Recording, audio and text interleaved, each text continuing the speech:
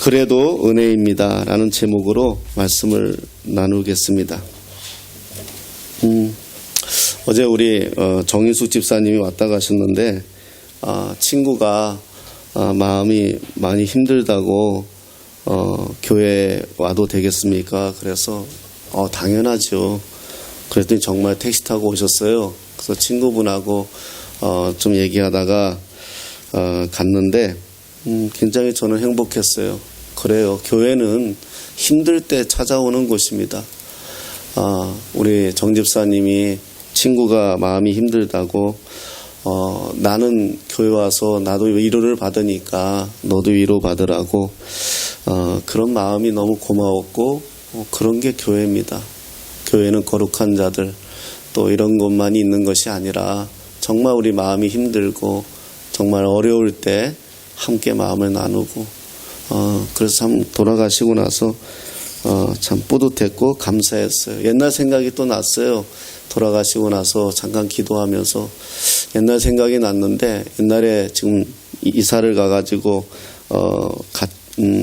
다른 교회로 갔는데 그 친구가 밤에 한 10시쯤에 전화가 왔어요. 목사님 교회 가도 돼요? 그래서 당연하지 무슨 소리에 와요? 그랬더니 저 술 한잔 했어요 그러더라고요. 그래서 뭐 술 한 잔만 이왕이면 2잔 하고 와. 그래서 왔어요. 피자 한 판 사갖고 왔더라고요.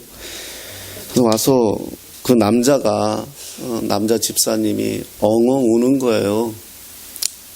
이제 도대체 피자를 먹으라고 하는 건지 말라고 하는 건지 피자 한 판 사다 놓고 지는 엉엉 우는 거예요. 한참을 울더니 목사님 너무 힘들어요 그러더라고요. 직장 사업하는 분이었는데 사업이 너무 힘들고 사업 이제 그만 접어야 되겠어요. 또 아내도 힘들고 너무 힘들어요. 그래서 많이 울고 같이 울었죠. 뭐 목사가 해줄 게 뭐 있겠습니까? 뭐 그렇다고 경제적으로 보탬을 줄 수도 없고 그냥 같이 울었어요. 그 생각이 났어요. 교회는 그런 곳이에요. 같이 울고 성경에도 우는 자와 함께 울라라는 말씀이 있어요. 그게 교회입니다. 지금 뭐 여러 가지 코로나 문제로 또 교회들이 여러 가지 문제로 집합 장소니까 왜 문제가 없겠습니까? 그런데 우리는 같이 울어줘야 되는 사람들입니다. 비난하는 사람들이 아니라 같이 울어주는 사람들. 그게 예수님이었습니다. 우리를 아시기에 그래요. 일부에 잘못된 분들이 있지만 잘못된 신앙관과 잘못된 생각을 가지고 있는 분들이 있지만 그럼에도 불구하고 주님이 우리를 품고 우리를 위하여 우신 것처럼 우리도 울어주는 것이 또 기도해 주는 것이 도리인 것 같습니다. 오늘 본문의 포도원들 품꾼의 비유는 20장 전체의 내용의 결론이죠. 예. 전체의 내용의 결론인데 본문의 시작이 천국은 이렇게 나옵니다. 천국은 그러니까 천국 이야기예요. 20장 1절에 보면 천국은 마치 이렇게 나오죠. 그러니까 20장 내용은 천국에 대한 내용이다라고 우리가 이해를 할 수 있어요. 그런데 이 천국은 우리가 죽어서 가는 하늘나라의 형태일 수도 있고요. 이 땅에서 예수 그리스도를 영접하여 천국의 삶을 미리 맛보는 우리 그리스도인들의 삶의 윤리 이야기일 수도 있습니다. 그런데 저는 앞에 19장 내용을 보면은 이런 내용들이 있죠. 이혼에 대한 내용을 가르치고요. 어린아이들을 안수하는 내용이 가르쳐줘요. 이런 내용의 연장선에서 볼 때에 오늘 예수님이 말씀하신 것은 이 땅에 우리가 천국 백성으로 어떻게 살아야 될지를 말씀하고 싶어 하지 않았을까 이렇게 생각을 합니다. 내용을 들어가 보면은요. 품꾼을 얻어 포도원에 들여보내려고 이른 아침에 집주인이 나갔습니다. 여기서 아까 천국 이야기한 것처럼 이 포도원은 천국을 의미하는 것 같습니다.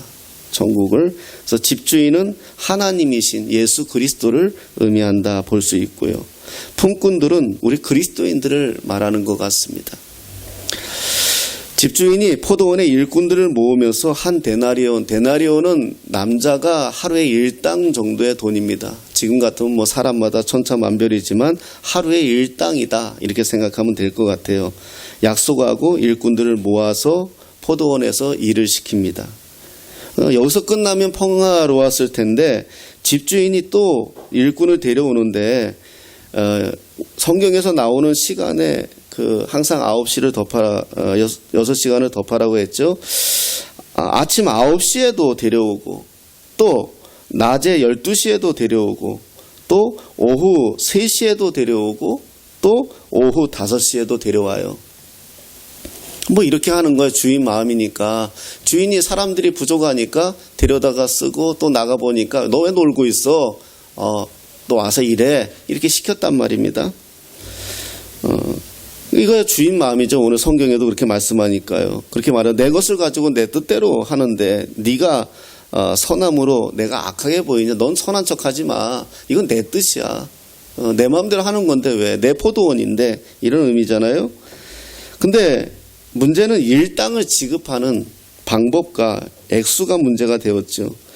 주인은 어찌된 일인지 제일 늦게 온 사람부터 지급합니다. 심지어 일당도 아침 일찍 일하러 온 사람이나 저녁에 와서 1시간 일한 사람이나 액수가 같았어요. 한 데나리온씩. 여기에 대해서 이제 아침에 일찍 일하러 온 일꾼들이 주인에게 항의하는 거죠. 공평하지 않다는 거죠. 심지어 주인을 원망까지 합니다. 자, 예수님께서 비유라는 말은 파라볼레라는 말인데 파라는 곁에 이런 뜻입니다. 그러니까 곁에 두고 생각하다 이런 뜻이 비유인데요. 비유로 이 말씀을 하시는 원인을 보면 문제가 조금 풀려요. 자, 19장에서 사람들이 예수님께 제기한 내용이 뭐냐 하면 이혼에 대한 내용과 또 어린아이에 대한 내용과 재물이 많은 청년에 대한 내용이에요. 이런 내용들을 가지고 이야기하는데 또 18장 계속해서 그 내용들이 18장은 천국에서 큰 사람이 누구냐 이런 내용이 계속 쭉 대화 속에서 예수님이 정리하시면서 얘기해 주는 게 20장이거든요.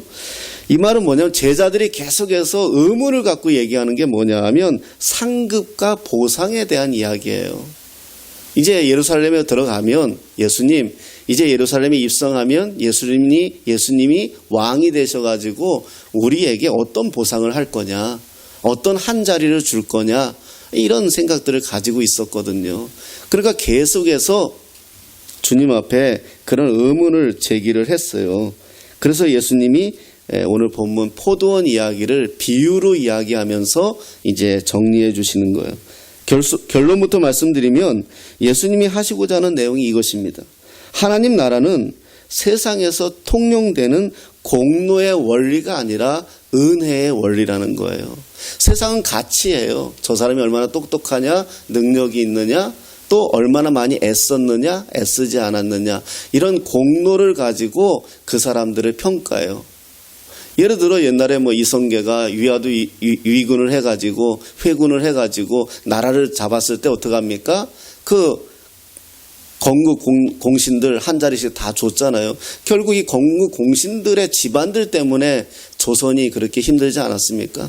마찬가지로 그런 내용이에요. 세상은 공로의 원리예요. 제가 교회 개척할 때부터 이만큼 애쓰지 않았습니까? 또 이런 거 우리 마음속에 있잖아요. 내가 이 교회를 위하여 얼마나 했는데요. 이런 마음도 있을 거고요. 직장도 마찬가지예요. 직장을 위해서 내가 얼마나 애썼는데요. 감사하면서 은퇴한 사람은 감사가 남지만 내가 이 직장을 위해서 평생 젊음을 바쳤는데 나한테 이렇게 취급해 하면 원망뿐이 안 남아요. 똑같이 직장을 그만두어도요. 세상은 공로의 원리예요. 그래서 이 공로의 원리가 교회 안까지 들어와서 어떤 것들이 지금 교회 안에 있어요? 헌금 많이 하면, 봉사 많이 하면 계급과 같이 직분을 준다는 겁니다. 이런 것은 중세 시대에 돈 주고 기사자기를 받는 거나 성직을 돈을 주고 사는 것이나 다를 바가 없어요. 없어요. 그렇지 않아요? 만약에 돈을 주고 성직을 받았다 한번 생각해 봅시다. 내 6개월 만에 목사 된 사람 봤는데 그러니까 자기가 뭔가 좀 부족하니까 많은 돈을 교단에 냈겠죠. 그리고 목사들에게 했겠죠.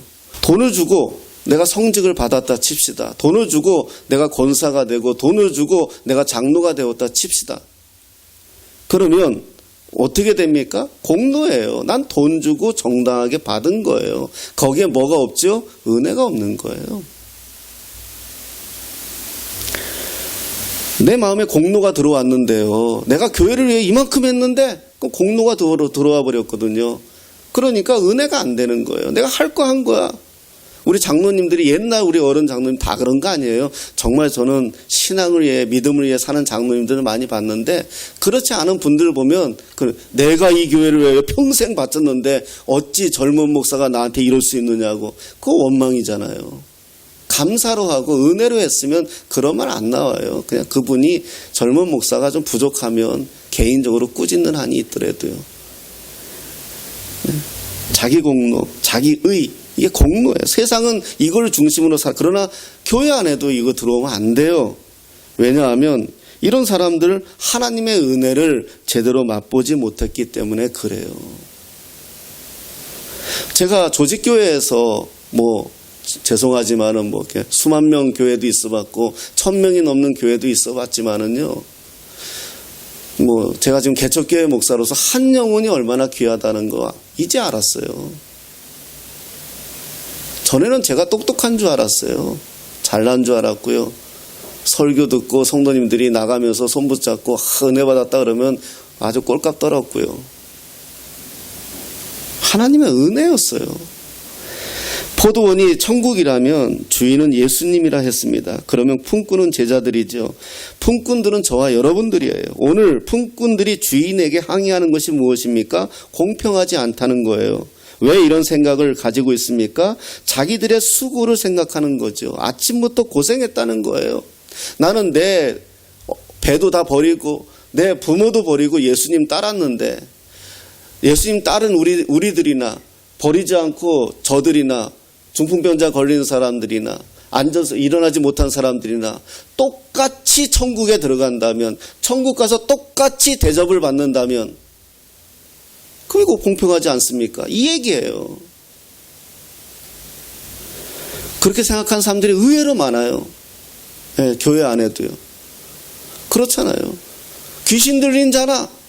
나는 예수님을 따르기 위해서 내 처자를 버리고 부모를 버리고 내 배를 버리고 내 생업을 버리고 난 주님을 따랐는데 나나 천국에 들어가서 똑같다면 공평하지 않지 않습니까? 이게 세상의 공로의 원리예요. 이들은 자기를 모르는 거죠. 품삯인 한 데나리온을 자기들의 일한 공로로 보는 거예요.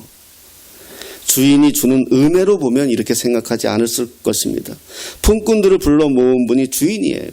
불러주지 않았다면 하루 종일 일할 사역지도 없고 한 데나리온 받을 처지도 아니었을 거예요. 하나님의 나라는 어떤 인간의 공로에 의해 움직이는 곳이 아닙니다. 하나님의 은혜로 움직이는 곳입니다. 인간이 달나라에 로켓을 보낸다고 달이 떠 있는 것이 아닙니다. 달이 떠 있으니까 로켓을 보낼 수 있는 거죠. 자동차를 만들었기에 우리가 편리한 것이 아닙니다. 자동차를 만들 만한 물질과 지혜를 주셨기에 우리는 자동차의 편리함을 누리고 있는 겁니다.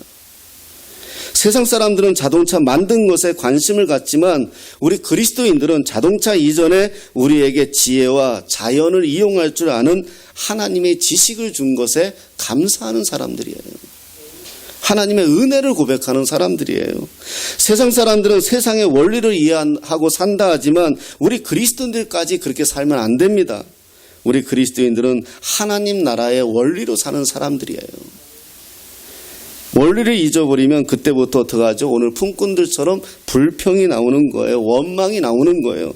나는 왜 부자가 아닐까? 나는 왜 지식이 없을까? 이렇게 세상의 원리인 무엇이 있어야만 행복한 사람들인 것처럼 산다는 거예요. 그러니까 아웅다웅하며 사는 거죠.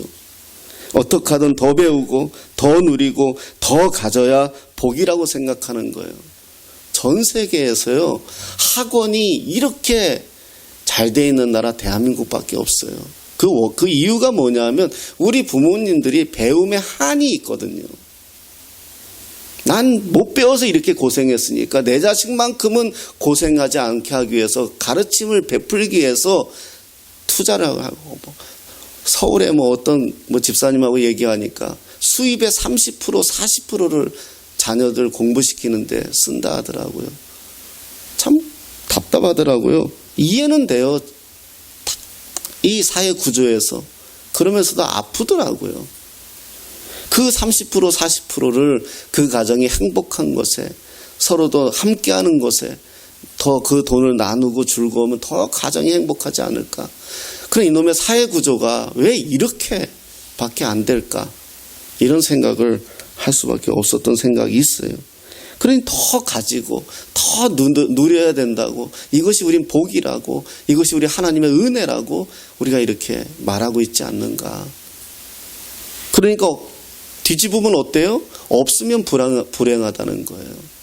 지식이 없으면 불행한 거예요. 돈이 없으면 불행한 거예요.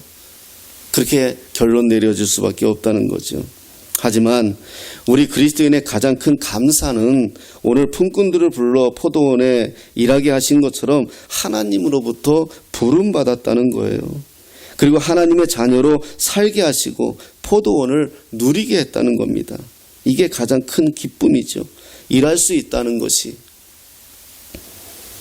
일당인 한 데나리오는 그저 은혜이고 덤일 뿐입니다. 당연한 결과가 아니라 불러주신 것만으로도 감사한데 선물까지 주시니 더욱 감사합니다. 이런 마음만 우리에게 있다면 직장에서도, 교회에서도, 어디에서도 우리는 행복해질 수가 있어요. 그렇게 생각한다면 누가 더 받던 적게 받던 그것이 주인의 마음이에요. 내 몫이 아니죠. 그런데 어느새 우리가 내 몫을 챙기는 인생이 된 겁니다. 그러니 감사가 없죠. 오히려 내 것을 빼앗겼다 생각이 드는 겁니다. 누가 그러더라고요. 천국과 지옥의 차이는 감사가 있느냐 없느냐의 차이다. 은혜가 있느냐 없느냐의 차이다. 우리 그리스도인들에게 가장 큰 삶의 원동력은 은혜입니다. 은혜가 밖으로 나타나는 것이 감사입니다. 우리 그리스도인들이 행복해지려면 은혜가 나를 지배해야 합니다. 저는 그래서 우리 그리스도인들이 정말 하나님의 은혜가 어떤 것인지 맛을 보고 살았으면 좋겠습니다. 우리 생각이 세상 사람들과 별반 다를 바가 없다면 우리는 그리스도인이 아닙니다. 그리스도인이 있잖아요. 은혜가 없으면 여름 내내 가뭄이 들어 가을에 쩍쩍 갈라진 그런 논과 같은 그런 겁니다. 강팍해집니다. 정말 우리 그리스도인들이 은혜가 떨어지잖아요. 강팍해져요. 그리고 하나님 말씀도 들어가지 않아요. 그러니 어떡하죠? 감사가 안 돼요. 감사가. 그럼 어떻게 되죠? 우리는 은혜를 잃어버려요. 가장 그리스도인이 두려워해야 될 것이 인생의 부도가 아니라 하나님 은혜의 부도예요. 하나님 은혜가 메말라지고 떨어지면요, 굉장히 강팍해져요. 오늘 말씀에 이런 말씀이 있습니다. 16절에 이와 같이 나중된 자로서 먼저 되고 먼저 된 자로서 나중되니라, 이런 말씀이 있어요. 오늘 우리 이경금 집사님이 2개월 만이죠? 3개월 만에 신약 성경 다 썼다고 갖고 오셨어요. 저한테 주셨어요. 와, 내가 다음 주에 선물해야 돼요. 예, 3개월 만에 70이죠, 70. 넘으신 어르신이 이렇게, 난 처음에 50대인 줄 알았어요. 어르신이 이렇게 쓰셨대요. 그 뒤에 갖다 놨는데 글씨도 정말 잘 쓰셨어요. 오늘 말씀 같아요. 나중된 자가 먼저 되고요, 먼저 된 자가 나중돼요. 신앙은 오래 믿었느냐가 중요한 게 아니에요. 항상 ing예요. 지금이에요. 지금. 내가 소시적에, 옛날 우리 권사님들하고 얘기하면 그런 얘기 하잖아요. 옛날에 다 해봤어. 옛날에 3일 금식 해봤. 나 일주일도 금식한 사람이야. 그래요. 난 매일 철야를 밤새 내가 100일 동안 한 사람이야. 막 이래요. 근데 권사님 지금은요? 지금은 어떤데요? 다 해봤어. 요즘 우리가 좀 두려운 마음이 드는 게 점점 한국교회가 또 우리 자신이 하나님에 대한 절대 주권이 사라지고 있다, 이런 생각이 들어요. 전에 우리 어른들이 신앙생활 할 때는요, 하나님의 절대 주권, 그냥 하나님이 하셨어, 그래요. 사업이 망해도요, 그냥 하나님이 하신 거야. 하나님이 하실 거야. 좀 내 아이가 대학에 입학이 안 돼도요, 아유, 하나님이 하셔. 그건 뭐죠? 포기하고 연약한 마음이 아니라 하나님을 믿는 거예요. 주권을 믿는 거예요. 하나님이 하신다는 걸 믿는 거예요. 이게 점점 우리가 없어지고 떨어지고 있지 않느냐. 요즘 또 기독교 서점에 가서 책을 봐도요, 우리가 이렇게 하면 하나님이 이렇게 하신다. 항상 내가 이렇게 하면, 우리가 이렇게 기도하면, 우리가 이렇게 마음을 내려놓으면, 그러면 이렇게 하나님이 하셔. 이런 종류의 책들이 많아요.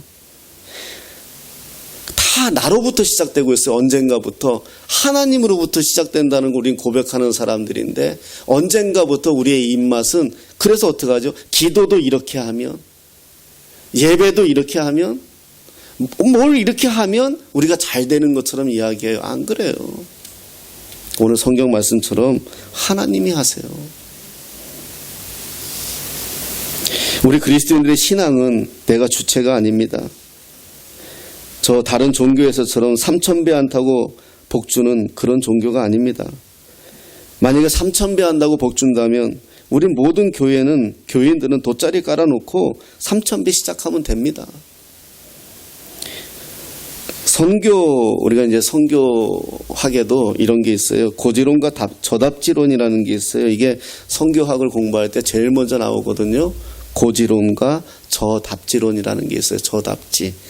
모든 그리스도인들이 다 고지론을 좋아하죠. 고지론은 뭐냐 하면은 요셉과 같이 총리가 되면 더 많은 효과적인 주의 일을 한다는 거예요. 그래서 열심히 공부하고 열심히 준비하고 열심히 애써서 요셉과 같은 사람이 돼서 나라를 바꿔야 된다는 거예요. 이게 한때 대한민국 아주 그냥 부흥사들이 외쳤던 내용들이에요. 하지만 우리가 모두 다 공부 잘하는 거 아니거든요. 우리가 모두가 다 잘 되는 거 아니에요. 저답지로는 뭐냐 하면 이 보이지 않는 곳에서 아주 약한 사람들과 함께하며 가난한 사람들과 함께하며 또 참 옛날에 그 정신세계사에서 나온 성자가 된 청소부란 책이 있는데 약간 우리하고 색깔은 다르지만 그냥 한번 읽어보면서 내가 은혜가 됐는데 청소를 해도 성자가 된 거예요. 동네를 청소해도 내가 정말 예수님의 마음으로 동네를 청소한다는 마음, 동네 사람들 행복하게 해주기 위해서 내가 아침 일찍부터 빗자루를 들었다는 마음, 그 예수님 마음이에요. 요셉같이 총리된 사람들하고 다를 바가 없어요. 근데 우린 다 그렇게 가르쳤잖아요. 총리가 돼야 된다. 대통령이 돼야 된다. 위대한 사람이 돼야 된다. 그런 그리스도인들에서 세상을 바꿔야 된다. 그게 지금 대한민국 꼬라지예요.